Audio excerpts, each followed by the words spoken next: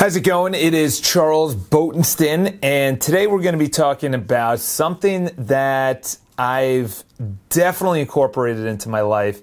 And there's times that it's amazing that you make excuses for a lot of things. So number one is just show up. And I don't even know where that came from, but I remember someone reading it in some book. And essentially, just want to make sure that I'm still zoomed in. So I read it in some book. Now, let's get a little closer. Get my big Irish head. There we go. Very professional, Charles. Very, very professional. All right, that should be good. So they literally said, just show up. Show up. And there's obviously things that you don't show up for. Like, perfect example is that I don't show up for networking events anymore because I feel they're a waste of time. I don't show up and I've been to 50 networking events, at least 50 to 100 networking events, and I've never gotten business from it. And I've never referred business out because that means someone has to have has to keep your business card, have your business card, put it into their phone. When they hear of someone that needs your business, have it, give it to them. That person then has to use you. What I mean by just show up, I mean just show up to the things that you're scared to do. And perfect example, it was Halloween this past weekend. And essentially there was a couple of parties that I went as a banana. It was actually pretty funny. There's a picture on Instagram about that. And there was parties that I was not afraid to go to, but I noticed that I was a little apprehensive. I was afraid to go because I'm like, I don't know anyone. This is someone that's a little higher status, someone that's really cool. There's going to be really cool guys and pretty women. And I know you're thinking, you're like, what are you talking about, dude? Like, why would you not go? Why would you not go to that? Listen, maybe it's a big insecurity, but if I go there and I don't want to be looked at as the guy that is just sitting in the corner, and I'm not really that guy. I'm always going to talk to whoever's there, but it was in an apartment. And I didn't know anyone except for the person that was throwing the party, and I knew that they make good money, and who they roll with makes good money, and I'm getting over these things. So I'm like, you're scared. You gotta go. Just show up. And you know what's funny is that I showed up. I had the best time of my life. I met so many great people. I connected with a crowd that is positive, enthusiastic, is making money, has goals. And you know what I noticed is that when you go to a party like that where you're uncomfortable, you step up to the competition. You raise your game. You raise the level at which you express yourself. The humor increases, your confidence increases, the quality of the questions increases because you notice that you're surrounded by all these smart, successful people. And you know what the main simile or the main, comparison I could say is that I'm a Jets fan, as you could tell by that helmet. And the Jets play the Patriots 2 times a year, and every single time we play them, it's usually within 2 touchdowns. We usually lose by less than 2 touchdowns, I should say. It's always a close game. Yet the Patriots will blow out every other team, and the Jets, who suck, will be close to them. It happens every single year.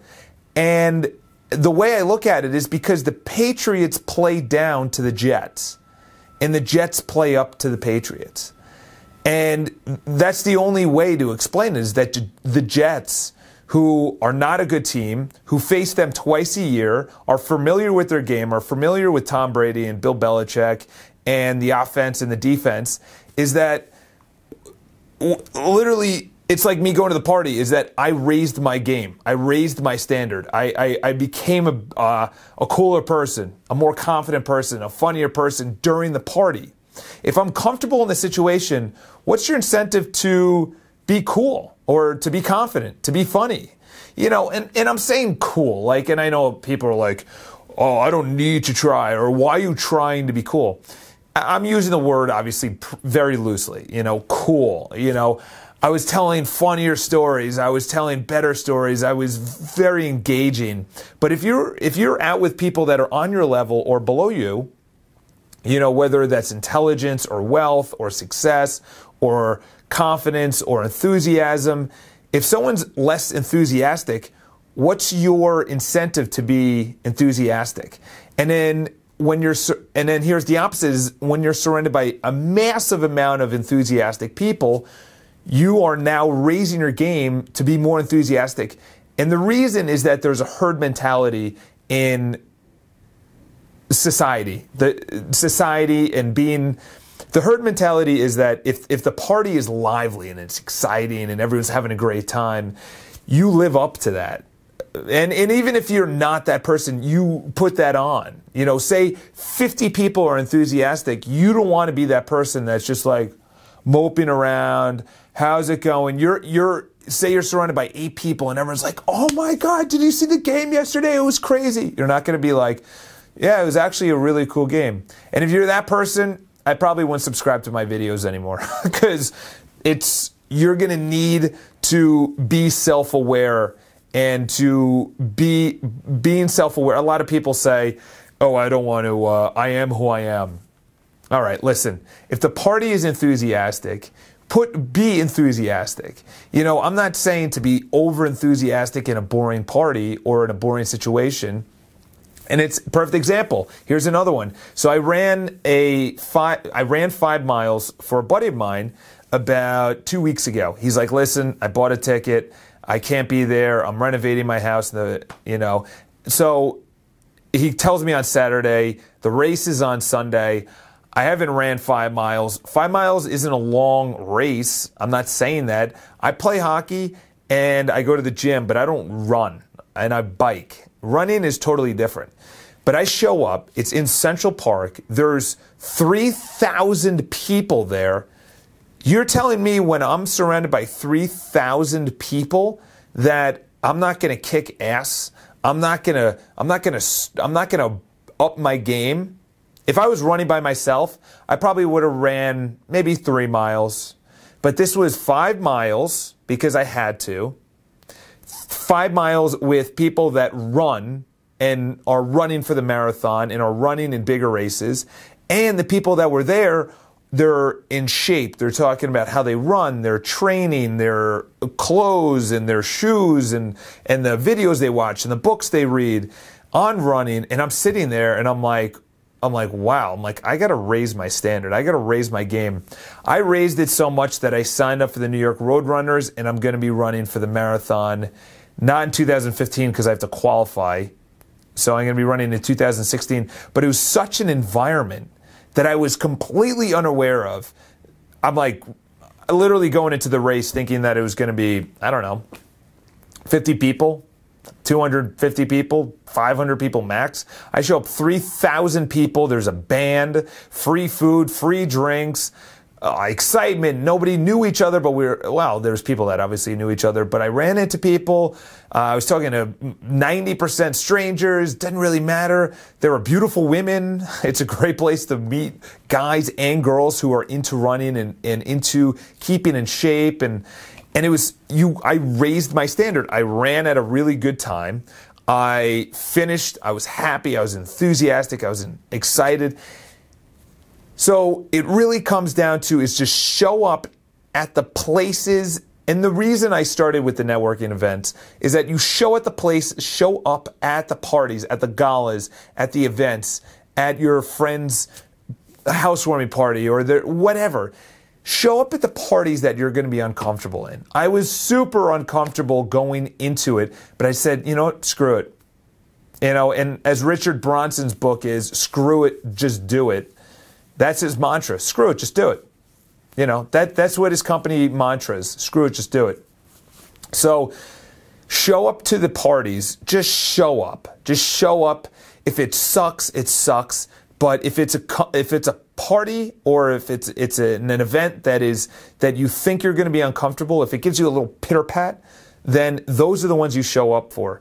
So the networking events are the comfortable parties. Those are the ones that are, you know. So I brought up the 5K or the 5 miles by the New York Roadrunners. People that are just into it. It's like showing up to a 5K for a charity event where most people walk.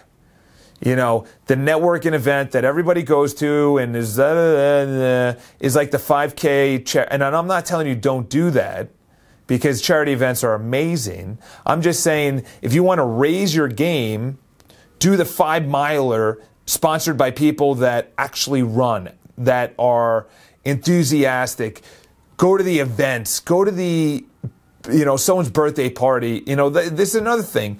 You know, there's a lot of birthday parties that I get invited to, and they're, you know, I don't know anyone, but I up my game. And you know what's funny is that you don't have a quantum leap. You have just, there's a book called The Slight Edge, but Jeff Olson or Mike Olson, or actually no, Mike Olson is someone that I actually used to work with, but something Olson.